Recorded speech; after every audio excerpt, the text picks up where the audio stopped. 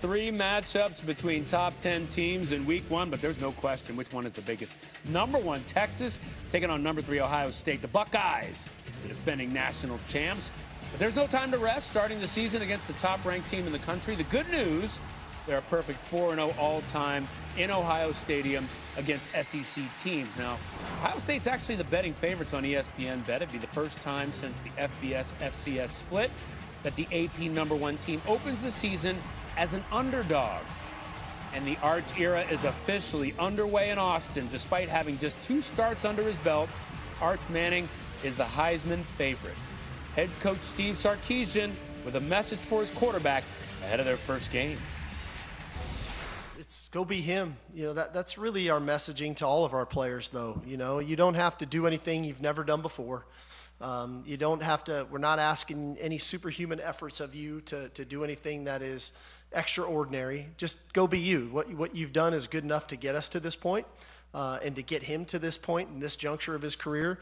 Now go play the way he's capable of playing, to the style that he's comfortable doing it. I think that's all of us at Texas, and I think we kind of try to shift the narrative. We're going for everyone else. Target's not on our back. We have the red dot on everyone else. From that to battle the Tigers this weekend. That was a cap. Did you hear my eye roll? Number 4, yes, I did. Number 4, Clemson taking on number 9, LSU, to see who's the top cat. Stakes abound in this one. The quarterbacks, both Heisman hopefuls, Garrett Nussmeier, Cade Klubnik, and LSU's got to, at some point, win a season opener. What say you, Brian Kelly?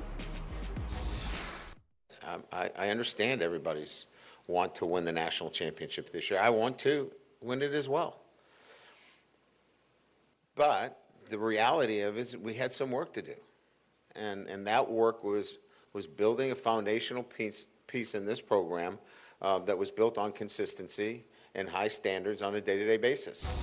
I've been doing it for over 3 decades, and putting together teams every year is a little bit of art and a little bit of science. If it was just add water and stir, you don't need me.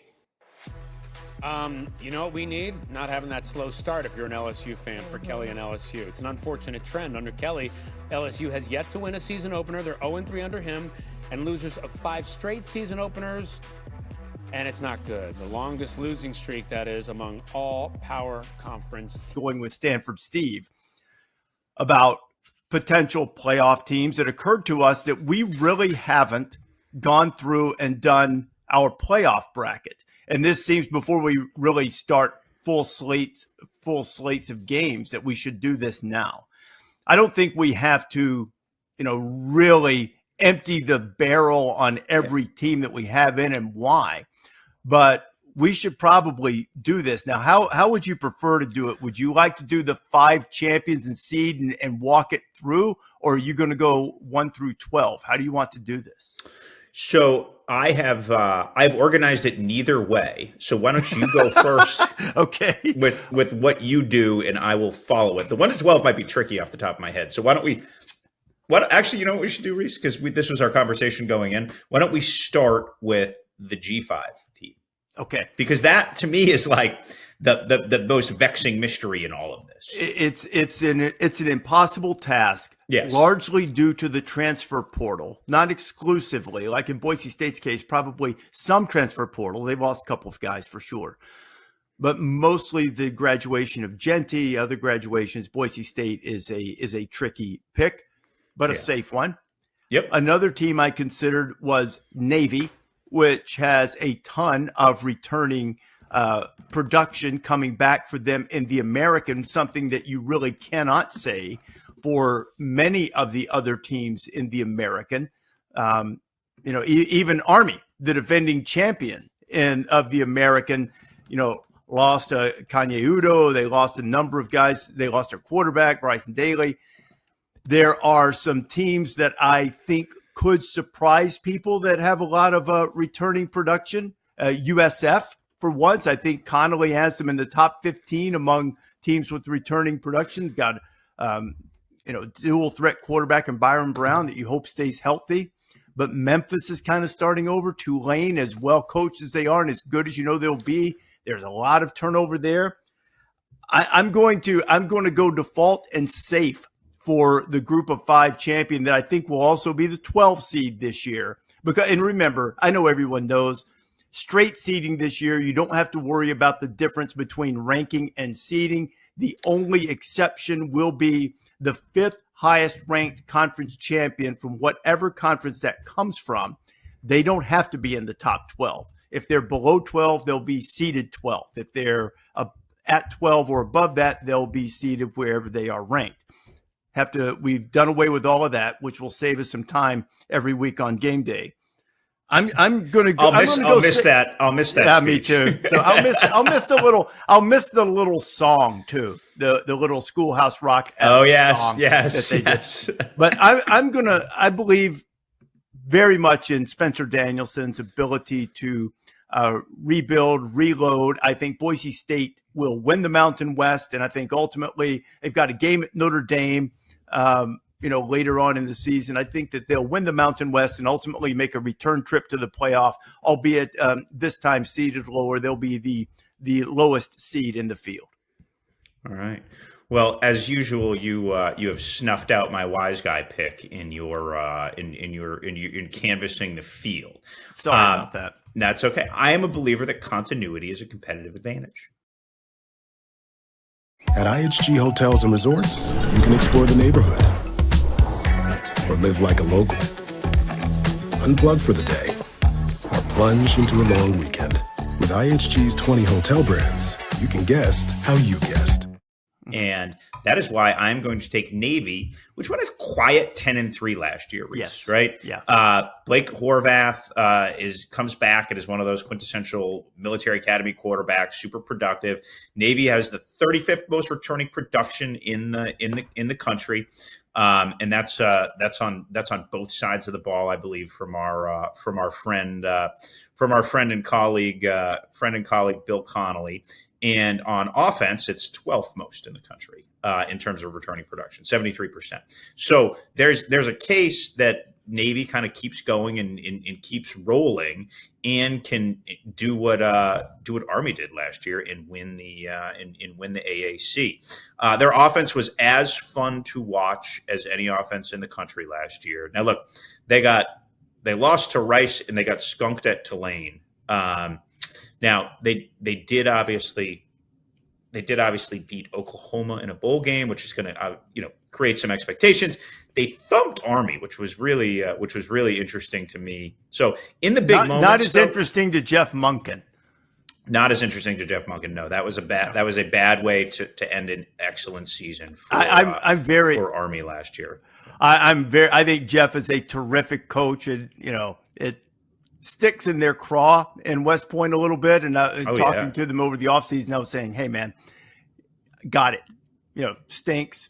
You won 12 games, dude. You won the conference. That was that was an amazing season. And they also had that great win at home in the conference championship game. That's that dude, man, that dude can coach now. And look, Brian Newberry hasn't been around as long as Monken, and he's shown at Navy he could do the same thing. His offensive coordinator's a star too. Drew Cronick, star. No, when the competition got ratcheted up, we saw it with Navy last year, right? Until the Oklahoma game, and again, bowl game is what it is. Give them credit for beating Oklahoma. That's always, it's going to live on in their facility. That trophy will be there for a long time. But Notre Dame, et cetera. But I just feel like, boy, there's a chance that Navy could do that, and that would be fun. Now, look, like a lot of faith in John Summerall, a lot of faith in Spencer Danielson. They got Mad Dog Madsen back at Boise. Obviously, there's a quarterback derby still ongoing this week at Tulane. We'll see if Jake Retzlaff comes out of it. We'll see if Brendan Sullivan gets some snaps. So, but the amount of I'll take known versus unknown in this debate. So, that's where we are. All right, so next, let's go Big 12 champion. And then we can go through and see them. The Big 12 champion, which will be another automatic bid. And remember, they can wind up wherever. We're not saying that it's going to be this particular order. In the entire history of the Big 12, which started in 1996, and I dropped this on our show Saturday, no program has ever repeated as Big 12 champion, with the exception of the Oklahoma Sooners, who pretty much dominated the Big 12 the time they were in there. Different teams every year, it seems. Iowa State, after after last Saturday and last year seems to have solved its hex and close games. That now I think they've won 6 of their last 7 one-possession games after having lost 13 of 16. So Iowa State's going to be in the mix. Kansas State is still certainly in it despite the close loss. I believe in Arizona State, man. I think they're going to break. I think they're going to break that run of nobody being able to repeat. You joked with me as Kansas laid it on Fresno State the other night that this was the Kansas team I thought I was going to get last year when I picked Kansas to win the Big 12 and go to the playoff. I'm not gun shy as a result of that misstep.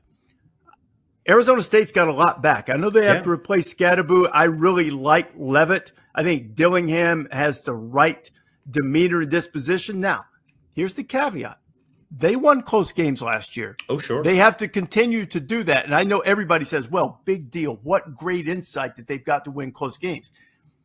There is just so much data, particularly in the Big 12, that if you have an excellent record in one-possession games, meaning only 1 or 2 losses, you get 4 or 5 wins, everybody's going to have 6 or 7 of them. That's just the way it goes in that conference. If you go 6-1-5-2, you're probably going to be in the mix. If they don't go your way, as they didn't for Kansas last year early, you're not going to be in the mix. And Arizona State's going to have to do that, but I like the Sun Devils to repeat and go back to the playoff. Good stat from Clark Williams, the Big 12's trusty PR chief. Last year, the Big 12 led the nation in fourth quarter lead changes and last-minute go-ahead scores in conference games. So there you go. It is, that is, a testament to why we love the Big 12. It's an awesome, wide-open league. I listened to you and Dan. Dan loves the Big 12, I know, just because the Big 12 is everything we love about football, right? Like it's zany, fun, typically high scoring. It's good stuff. So I'm going to go zany on you and pick Utah. I just am a believer in Jason Beck and the offense they brought in. I'm a believer in Dan Pierre coming from New Mexico. And I'm a believer in their offensive line. It's the case for Utah we've always had with good quarterback health needed because they don't really have a backup. And thank God I don't have to give a Cam Rising update again on game day. But I just I think the talent is there. I think the formula is there. And I just don't think Kyle Whittingham would have come back if he didn't think he could go win this thing. He told me Big 12 Media Days he didn't want to go out the way that they did, and it was awful. So it is a leap here. I like the pieces, but I really like the 2 offensive tackles, the interior guys. They are rugged, they are experienced, they will punch you in the mouth, and I am confident they will be able to move the ball. And if you move the ball, they're going to stop people. They may not have the maulers on the D-line, Reese, that they've had in the past, but they're really good. So I'm going to take another. They weren't worse because Oklahoma State was worse, but close to worst to first. Continuing that theme, the offense, they really hope things get turned around. Utah had a 7-game losing streak last year after starting the season 4-0, but they got a lot of guys on defense too. Pete, some of the injury problems. They had 22 guys that started at least 1 game on defense coming back. So, they were -4 in turnovers. They get all of that straightened out. That's I don't hate that pick. ACC, I don't think it's going to be much of a surprise for anyone who has listened to this podcast or looked at my preseason poll. I'm going to take the Clemson Tigers to win the ACC again and to largely rip through their schedule headed to the playoff. What say you? Same thing. I don't know if we need to really dive in too deep on it. Clemson's the class of that league. They, talent-wise, are with the elite Clemson teams that won the national title, and I think they'll be right in the thick of it. Quick little foreshadowing. Don't want to give away your team. How many teams do you have in your field from the ACC? Just Clemson? You have 2. Interesting. Okay. Now let's go SEC. We'll save Big Ten for last since they are the 2-time reigning champion. Who do you have in the SEC? So my SEC conference champion, I am going to take poor old Georgia. You talked about him recently on the show on Saturday. Just poor old Georgia, defending SEC champs, puttering along. I'm a believer in the program. I'm a believer in the strength of the program. There are some questions that we'll need to see, but I think they have addressed some of the explosive skill issues, and I believe in their offense, and we will see a full season of old Gunner with a sister named Georgia. I also believe in Georgia. I believe in Texas. I believe in LSU. I believe in all of these teams. All of them could win it. I think Alabama's going to win the SEC. I think Alabama is loaded on the offensive line. They're loaded on defense. I mentioned this earlier on the podcast. It all comes down to how well does Ty Simpson play, and I think he's going to play very well. Nick Sheridan is a really good coach, quarterback coach, offensive coordinator last year, but I think having Ryan Grubb, just from a disposition standpoint, is really going to help them. So I'm going to take Alabama beating Texas in the SEC championship game, but Alabama won't get through the season unscathed. They'll probably have a couple of losses. I'll bank on them winning tiebreakers, getting into that game, and winning it somehow. What about the Big Ten?